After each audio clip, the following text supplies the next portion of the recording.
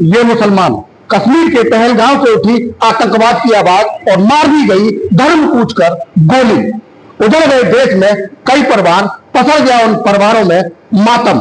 वही अगर बात उत्तर प्रदेश के फिरोजाबाद की करें तो साफ तौर पर फिरोजाबाद में सर्व समाज के लोग, उसमें हिंदू हो, चाहे वो सिख, चाहे वो ईसाई या चाहे हो मुस्लिम समाज के लोग, तमाम तरीके के सब समाज के लोग हमारे साथ मौजूद है। तमाम लोगों से बात करने की कोशिश करेंगे कि इस तरीके की आज जो बैठक या गोष्ठी है, जो मीटिंग की गई है, किस तरीके से पाकिस्तान को लेकर, किस तरीके से आतंकवाद को लेकर लोगों में गुस्सा है, किस तरीके का क्या कुछ कहना है, बात करने की कोशिश करेंगे। सबसे पहले जी क्या नाम है?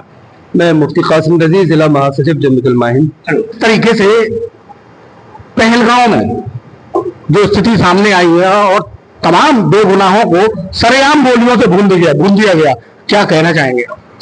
ये तो हम सब जानते हैं, और जो भी इंसानियत नवाज है, जिसके दिल में जरा सी भी इंसानियत है, वो बहुत अच्छी तरह इस बात को समझता है कि जो हुआ वहां बहुत ज्यादा गलत हुआ, जो बिल्कुल भी नहीं होना चाहिए। नहीं तो एक चीज इसमें और आती है कि धर्म पहले पूछा गया, क्या आतंकवाद धर्म से होकर गुजरता है कहीं? क्या ये तो हर अक्लमंद आदमी समझता है कि आतंकवाद धर्म से होकर बिल्कुल नहीं गुजरता, लेकिन इस मर्तबा जो हमला हुआ है, उन्होंने पूरे देश पर हमला किया है, और ये एक प्री प्लान सोची समझी साजिश है, जिसको जो भी आतंकवादी गतिविधियां हैं, जो उनको जो उस टेरर को चलाने वाले लोग हैं, उन्होंने महसूस किया कि भारत में इस वक्त कमजोर कड़ी क्या है। हमारे भारत में पिछले 10 वर्ष से एक मुहिम चलाई जा रही है, हिंदू और मुस्लिम के दरमियान खाई पैदा की जाए, और मैं माफी चाहूंगा, इस मामले में हमारे मीडिया का रोल बहुत ज्यादा है।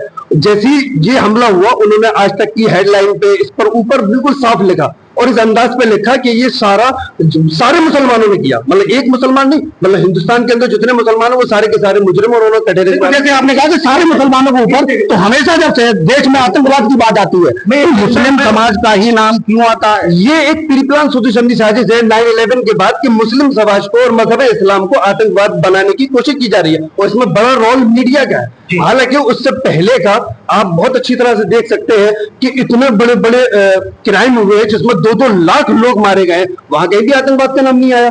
आप यहां देख लीजिए, इस हिंदुस्तान के अंदर 2014 से बराबर नाम पूछकर ही कोशिश की जा रही है, मुसलमान मार दिया, मॉब लिंचिंग की शक्ल में मारा गया।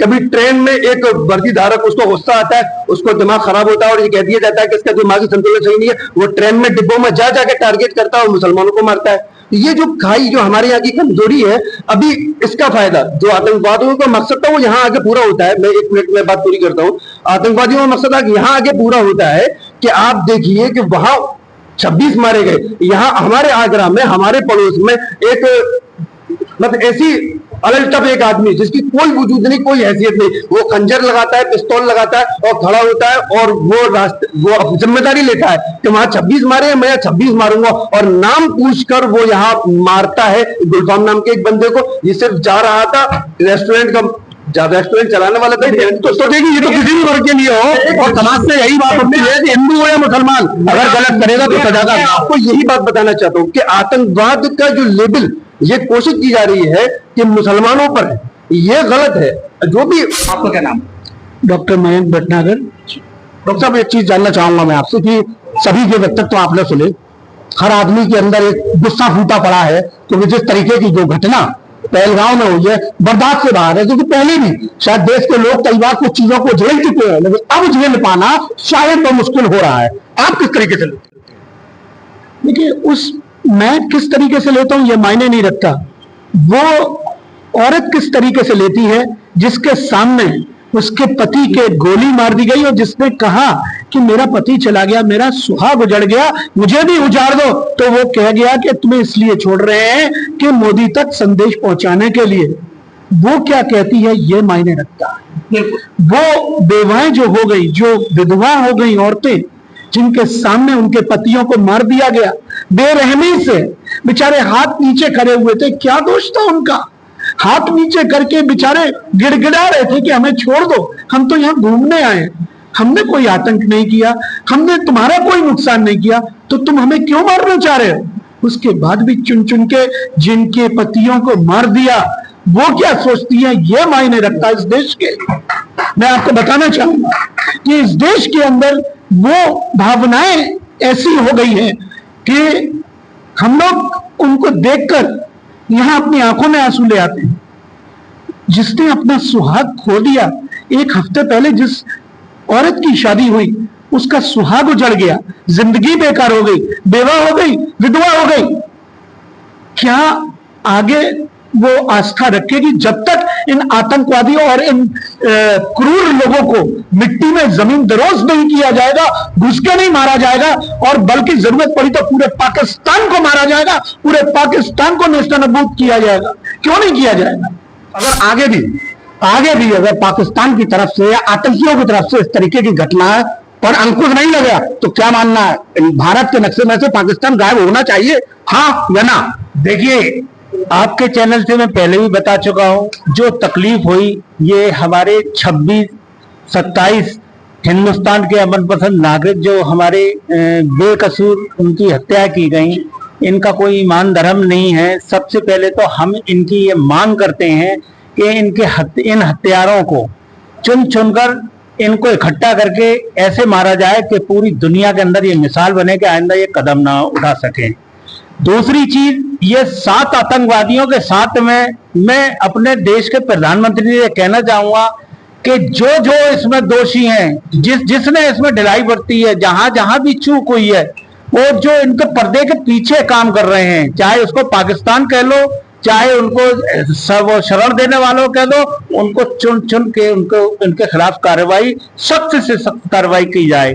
यहाँ फिरोजाबाद के अंदर आज हम सब लोग, यहाँ गुलदस्ता बैठा हुआ है, इनका सारे लोगों का संदेश देने का मकसद ये है। मौलाना अमीन अख्तर साहब है, मुफ्ती कासिम साहब है, डॉक्टर मयंक भटनागर जी हैं, वरिष्ठ अधिवक्ता सजा अब्दुल सलाम साहब हैं, ज्ञानी जी हैं सजा हमारे गुरुद्वारे के हेड, हमारे शहर के मुफ्ती तनवीर साहब है, हमारे हिंदू धर्म क्या बड़ा गुरु मुन्नालाल शास्त्री जी हैं, और ब्राह्मण महासभा के जिलाध्यक्ष जी हैं। इनका मकसद ही यही है कि हम अमन चाहते हैं, अमन पसंद लोग इस चीज को पसंद नहीं करते। जो भी दोषी हो, चाहे हिंदू हो या मुसलमानों से सख्त सजा दी जाए। रही पाकिस्तान की बात, तो पाकिस्तान हमारे देश में जो नापाक हरकतें कर रहा है, तो हम अपने देश के प्रधानमंत्री से कहेंगे तुरंत कार्रवाई करी जाए। मानना है जो पहलगांव में जो घटना घटी है, किस तरीके से, किस नजरिए से लेती है? अभी हमारे इमाम साहब ने बहुत अच्छी बात कही कि अभी मैं कल की घटना बता रहा हूँ। हमारे मथुरा वृंदावन में हिंदू धर्म गुरुओं की एक सभा हुई, उसमें सारे मीडिया कर्मी थे। तो वो सारे लोग बोल रहे थे कि देखो भाई, हमें तो बहुत एलर्जी होगी मुसलमानों से, तो इतना आक्रोश है अंदर से कि जिन्होंने इतना आतंक फैलाया, पूरा झकझोर दिया सबको। और हमारे इमाम साहब ने कहा कि यदि ऐसे लोगों ने कहा है, अगर मैं जज होता ना तो उनको फांसी की सजा दिलवाता। हम इनके साथ हैं। और हमारे आप क्या मानते हैं कि संपूर्ण मुस्लिम समाज इसमें दोषी है क्या? संपूर्ण मुस्लिम दोषी नहीं है। ऐसे मुसलमान लोगों देखो विरोध भी कर रहे हैं। आप बड़ी बड़ी सिटियों में जाइए, वो लोग विरोध भी कर रहे हैं, और उन लोगों ने उनकी सहायता भी की, उनको हॉस्पिटल भी ले गए, उनकी सहायता भी की। ऐसी बात नहीं। आप क्या कहना चाहेंगे कि मजहब की अगर बात की जाए, बात मुस्लिम समाज से हो या आतंकवाद से हो, और तमाम मुस्लिम, ये कहना नहीं है कि सभी मुस्लिम खराब है, लेकिन मजहब क्यों, और अगर मजहब की बात आतंकवाद में आती है तो अंजाम क्या होना चाहिए? देखिए, मैं एक मजहबी रहनुमा होने के हिसाब से कहता हूँ कि कहीं भी कोई घटना अगर मजहब के नाम पर होती है तो वो बिल्कुल गलत है, मजहब से उसका कोई ताल्लुक नहीं है। और अगर बहैसियत एक मजहबी इंसान होने के मुझसे अगर उसकी सजा मालूम की जाएगी तो मैं उसको फांसी से कम के अलावा कोई सजा मैं नहीं दे सकता। संतान खराब निकल जाती है तो दंडात्मक कार्रवाई के योग्य होती है या नहीं? निश्चित रूप से होती है। और मैं तो समस्त आज यहाँ पर जो हमारे मुस्लिम धर्म गुरुओं ने सभी जात धर्म के लोगों को, प्रमुख लोगों को बुलाया है, समाज सेवियों को बुलाया है, तो मैं धन्यवाद देता हूँ अपने हिकमत भैया को, धर्म गुरुओं को, मुस्लिम भाइयों को, और वरिष्ठ हमारे एडवोकेट हैं, हमारे शिक्षाविद भी हैं, मयंक जी हैं, हमारे सम्मानित मुन्नालाल शास्त्री जी हैं। आतंकवाद का क्या जवाब अब होना चाहिए? निश्चित रूप से अब तक जो होता रहा है वो अब नहीं होगा। मैं आपको बता देना चाहता हूँ, निश्चित रूप से देखिए, सभी जाति धर्म के लोग इंडिया में रहते हैं। ऐसा कोई विश्व में देश नहीं है जिससे बढ़िया यहाँ भारत में न सभ्यता हो, लेकिन इस सभ्यता को तोड़ने वाले जातिवादी नेता हैं। सबसे पहले तो वो गुनहगार हैं, इस तरह से तुष्टीकरण की नीतियां अपना के हम लोगों में बैरभाव फैलाते हैं। उसी के साथ साथ आज मुस्लिम भाई भी समझ रहे हैं कि निश्चित रूप से अगर हमने ऐसे आतंकवादियों का विरोध नहीं किया, जड़ खत्म करनी चाहिए अब, या कहीं जड़ खत्म होने वाली है।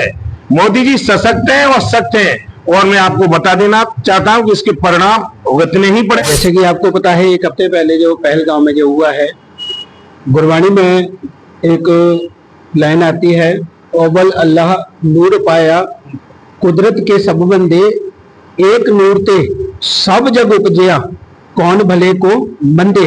अर्थात यानी जितने भी हम हिंदुस्तान के अंदर जितने मुस्लिम भाई, हिंदू भाई, सिख भाई या अदर जितने भी कम्युनिटियां हैं, उस प्रभु परमात्मा के हम बच्चे हैं। ओबल अल्लाह, अल्लाह परमात्मा, ओबल अल्लाह नूर उपाया कुदरत के सब बंदे, हम उसके बंदे हैं, लेकिन वो हमारे में भेदभाव नहीं करता, लेकिन हम लोग आपस में भेदभाव रखते हैं। पहला नंबर। दूसरा नंबर, जैसे कि आतंकवाद, अगर हमारी उंगली के अंदर कोई चोट लग जाती है तो वो उंगली का इलाज किया जाता है, ना कि पूरे हाथ का इलाज किया जाता है। अगर इन्फेक्शन उंगली में होता है तो उंगली काटी जाती है, ना कि हाथ काटा जाता है। ऐसे ही आतंकवाद, अगर कम्युनिटी से कोई मतलब नहीं होता है, चोला पहनने से भाव नहीं बदल जाते हैं, चोला पहनने से विचार नहीं बदल जाते हैं।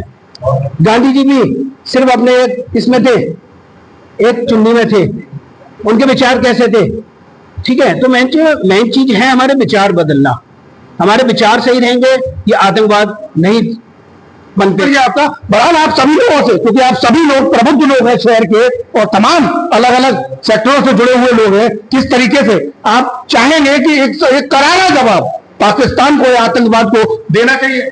बिल्कुल देना चाहिए, जोर देना चाहिए, जोरदार देना चाहिए, बहुत जोर का देना चाहिए। ऐसा देना चाहिए उसकी 7 पुश्तैनी याद रखें। ये पाकिस्तान को भी जवाब देना चाहिए, आतंकवादियों को भी जवाब देना चाहिए। साफ तौर पर सभी लोगों का यह कहना रहा कि अगर आतंकवाद को खत्म करना है और आतंकियों को पूरे तरीके से समाया करना है, तो आपसी मतभेद को सबसे पहले भूलने की बहुत जरूरत है।